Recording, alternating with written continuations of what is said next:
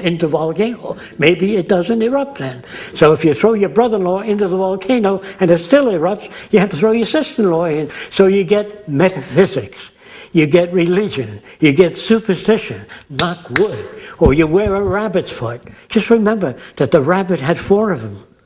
Didn't do him any good. So on down the line, superstition prevails wherever ignorance prevails. Myth is a way of saying to the little guy working out there in the field, when he says, what does all this amount to? I never seem to be getting anywhere. When you kick the bucket, everything is there for you. If you don't get it in this life, you'll get it in the next, if you remain good. The amount of superstition that a culture can absorb would be directly proportionate to the amount of information people have. So in the future, with adequate supply of information, more than that which is given today, considerably more, you don't have, knock wood. Today's my lucky day. When your number is up, it's up. All that will disappear in the future. I look at this as everything he's doing is to be as being the utmost in spirituality. Instead of looking for a better world later, after you die, it's really building the type of things that all religious teachings talk about here on earth. We don't have to wait till we die for that. We can confront our problems today and not wait for the Messiah to come with the white robe and change things, or not wait till we all go to heaven at a certain time, or those believers that go to heaven at a certain time. We can deal with the problems today. For instance, in religion, they put things on the will of God. If there's an accident, it's the will of God, and it stops you from thinking. It stops you from being innovative. It stops you from thinking about, well, how do we redesign the transportation system so we don't have those problems anymore? So he's worked with priests and he's worked with religious people and kind of expand their horizons a bit so they can be more creative. They look at the environment that shapes people's behavior, and they don't call them good or bad anymore. They think about shaping the environment to get more constructive behavior. If you were to ask me to redesign the world and the way people live, first thing I would have to do is conduct a survey, find out what we have, how much water do we have, how much people, how much arable land area. After I know that, then I can base the parameters of design on what we have. What you really need is an understanding of the Earth's resources by agronomists, geologists, geophysicists, people who study the Earth. They don't give you their opinion. They say there's more life in the Antarctic. That's not an opinion, that's a finding. So in the future, no more opinions.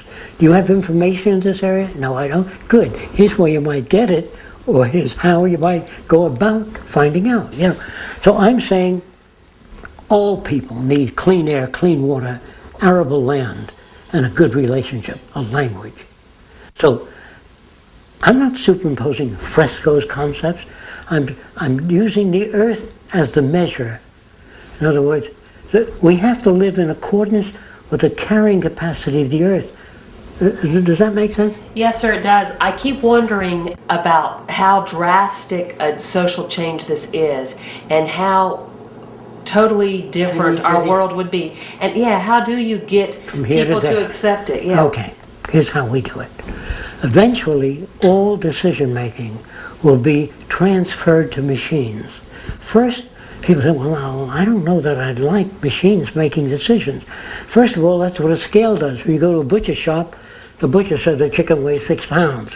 Since you're buying it, you say, that doesn't look like 6 pounds to me. So you grab it and say, I think it weighs about 4, because you're tense, so it seems to weigh less. Then the scale came in, and we assigned decision making to the scale. Is that right? Yes, sir. So do pilots. When they fly, I think I'm 1.5 miles high. They look at an instrument and it tells them they're 4,203 feet off the ground.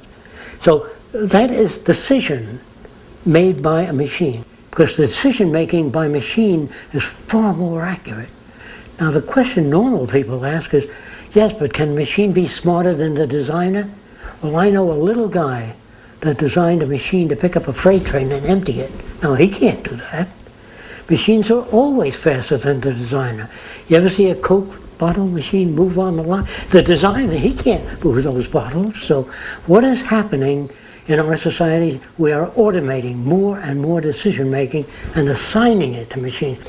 Picture a Department of Agriculture as a setup of computers with electrical wiring into the soil, like that. So if the water table drops, that pumps water out there.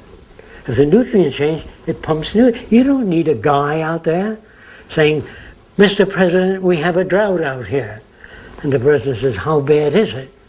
Well, there are 5,000 homeless. In the next 3 days, there'll be 15,000 homeless. So the president says, So he flies over. He says, yes, you do have a drought. So what? When you connect up the country, all the computers, the production, distribution, agriculture, you have a nervous system which maintains dynamic equilibrium in production and distribution of goods and services without money. The government is right above your head there. If you can turn around and see it, it looks like the globe. That globe there makes all the decisions because it's connected. We have satellites around the Earth that project a hologram, a virtual image of the Earth. So you're looking at the real Earth in real time. So you walk over to the image screens and you talk. You say, how many planes are there in the air at this instant? The computer will hit a laser spot all over the world and tell you 7,320. Every plane in the air, every hurricane, all the conditions all over the earth, plant diseases. No human can do that. So we don't need people in government. We need electronics in the field, production, distribution, weather, so we can come at home and find out anything we want to know without opinions based on folksy ways. The Future by Design is a self-regulated society governed by a cybernated system of supply and demand. Political systems are replaced by tabulating the input of information from the general population and delivering goods and services accordingly. The economic system is similarly based upon the use of all available resources in meeting the needs of the entire culture. When there's a depression or a dip in the economy and a lot of people don't have money to buy things, there are still goods out there. There's still the ability to produce them. There's still the resources. There's still the farms, and people want to work and make things, but they don't have the money. They can't buy things. So there's something terribly wrong out there. We have a great deal of the Earth's population starving and suffering, and the resources are there. Our ability to produce is there. Our ingenuity is there. Yet some people have a lot and others don't have anything. And today that's really shameful with our technology. It's really very, very abusive and absurd because we have all the technology today to produce abundance all over the world for everyone. People always ask, how much will it cost to put up these new cities? Do we have the resources to do it? That's the question, not how much does it cost. That's the old question, doing the monetary system.